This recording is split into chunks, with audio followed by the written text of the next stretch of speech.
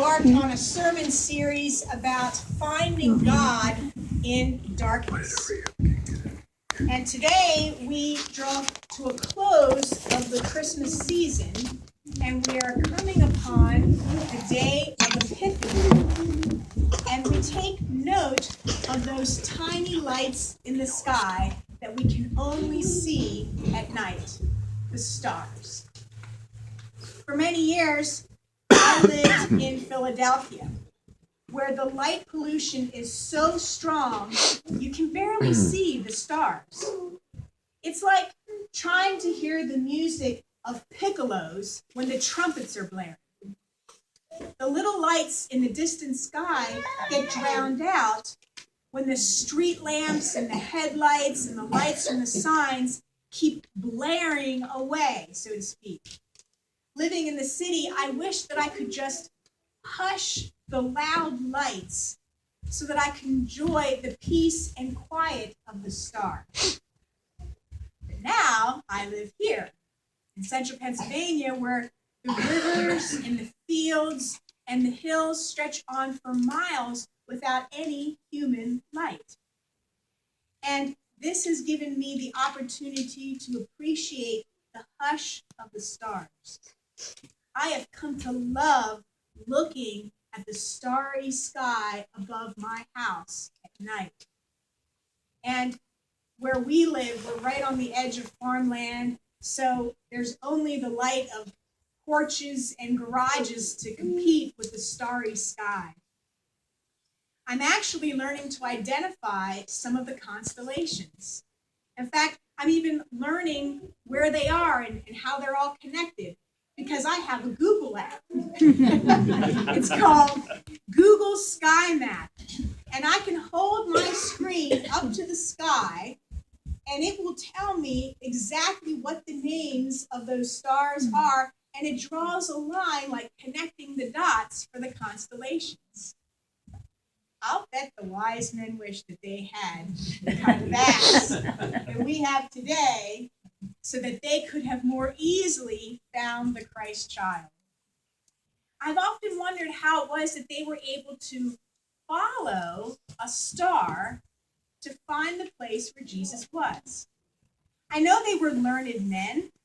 They were well-versed in the movements of the stars. That's why we call them the Magi. It's where we get the word magic from. They understood the mysteries, the ancient wonders that had been accumulated over generations of women and men, observing how these dots in the sky were connected, the patterns, and how they moved over time. And when they saw this unusual phenomenon of two stars coming together so closely that they aligned to form a doubly bright star, they knew that something important had happened. And they went out searching for what that important event was, knowing that it had to portend the birth of a king. In our creche scenes and in our Christmas cards, we see the shepherds on one side and the wise men on the other in those manger scenes. But in reality, the wise men probably came much, much later than when Jesus was actually born. Most likely it took the Magi weeks, maybe even months, to find Jesus. Who knows how long they traveled from their own countries until they met up and then discovered that they had this shared quest to find this king. They may have been following the track of those separate stars for years, anticipating their joining and intent on making their way to where that star pointed. However they found their way, we can be sure that, like their counterparts on the sea, who guide their ships by the motion of the stars at night, these magi were able to find their way by tracking their movements according to the constellations in the sky.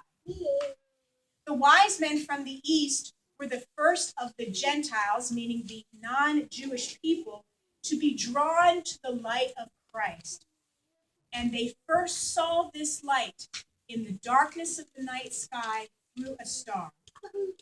Matthew includes this story in his gospel because it's important for him as a gospel writer talking to a specific audience that this message about Jesus' universal significance be conveyed to everyone. Like the light of a star, the love of God revealed through the person of Jesus is meant to be seen by all, whether they're right next door or miles away. I wonder, who do you know who is seeking the light of God? Are they many miles away, or are they right next door? Think of how many people are looking to connect with God. They are looking for someone to guide them to the light of Christ. And you, my friends, are the stars in the sky pointing to where Jesus is. Because you have been baptized into Christ's death and resurrection, you are one of those beautiful lights in the dark sky that can help guide people to the love of God through Jesus Christ. Think of how many people, men, women, and children, have found their way to this church over the years. They have followed the star, in a sense, to find Jesus welcoming them through you. 3 years ago, we made a commitment as a congregation to begin inviting our friends and our neighbors and our family so that they could encounter the love of Jesus through us. Did you know that since that time, we have welcomed over 30 new faces to this congregation, either through baptisms or new members or renewing members, those who have been away from the church for a number of years but have since come back. When churches these days are seeing their numbers dwindle, you have bucked the trend. You believe in this church, and you believe what Christ has to offer to the world through this church. Not only that, but think of how many people have found joy and music and fellowship and hope through our ministries and our special events. Our Oaks Monthly Senior Center regularly welcomes about 20 people, and many of them are not members of this church. Our new young adults group has been meeting, and people invite their friends, and they appreciate this ministry of the church. And some of our youth are some of our brightest stars. We have our Small Stars Sunday School that meets now, started in the fall, for our toddlers and their caregivers. And we have our All Stars Youth, and they invite their friends to our church on a regular basis. In fact, just last week, we had 27 people here for our pre-New Year's Eve lock-in. And a third of them were friends of our youth. You know your church is cool if the young people are inviting their friends to come to church. This congregation has been a light in the darkness for so many individuals who have been wandering, seeking a congregation of friends who will take them in and help them take their next steps on their faith journey. We already know Jesus is here. We experience his presence every week through our handshakes and our hugs, through the songs that we sing together, in the breaking of bread and sharing of the cup. But how will the wise men and women today who are out there find Jesus without the stars to guide them?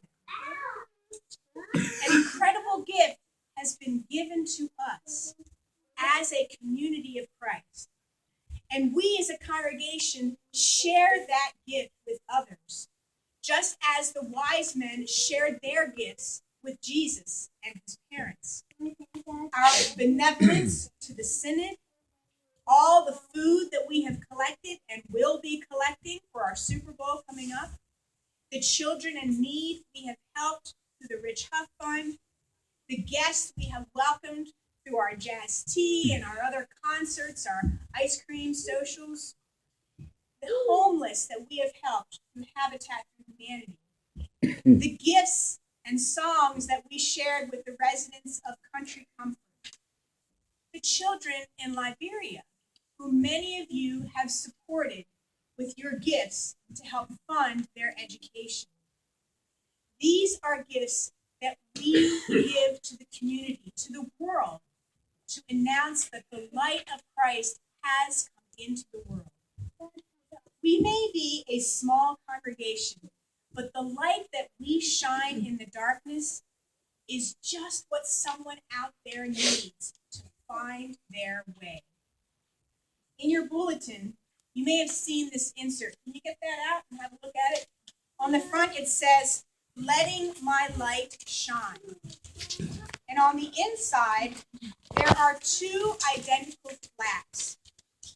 And what I want you to do in a minute is I want you to think of some people that you know are seeking the light of Christ, whom you can invite to this church or some event at this church. Someone that you can pray for in the coming year.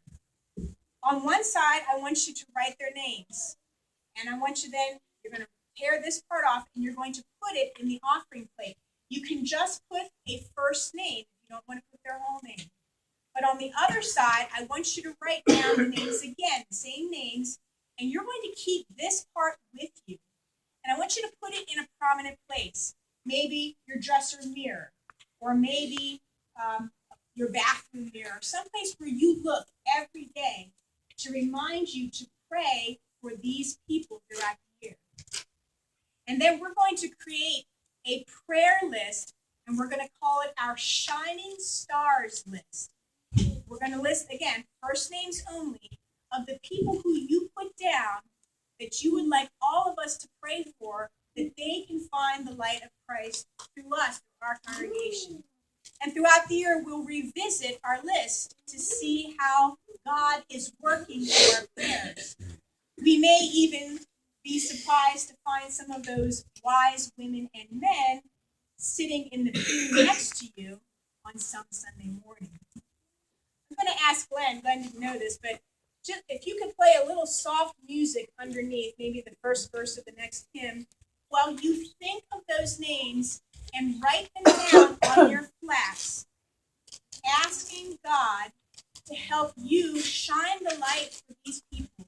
So just take a minute, just one verse, Glenn, very softly, and write down those names on both sides, and then we'll continue with the sermon. Big group of young people here for our youth lock-in, and many of them were guests of our teenagers and our younger children. And one of them was a boy who had never been in our church before. In fact, he had never been in any church before. I know, because I asked him. And he said this was his first time in a church. I was really glad that this was his first experience in a church. Because we played games and we made craft bags under the direction of Vivian Marsh, who showed us how to do them. We grazed on hot dogs and veggies and chips and fruit throughout the evening. We played hide and seek throughout the church. We watched movies. And just before midnight, we gathered upstairs in the darkened sanctuary, carrying the little candles we use on Christmas Eve. Ellen and Devin led us on songs with their guitars. We read from the Bible. We shared our prayers for what we hoped God would do for us in the coming year. And then we sang Silent Night with the candles making our faces glow. The little boy could not sing the words of Silent Night because he didn't know them. But I could hear him coming along softly, and he was looking at everyone, just taking it all in. On that night, he found himself in the midst of a beautiful constellation of glowing stars right here in our church. These people on your list, I can just imagine how it might feel for them to be part of our constellation here at United in Christ. In the coming days and weeks, pray for them. Let your light shine for them, and keep watch for the appearance of those new stars.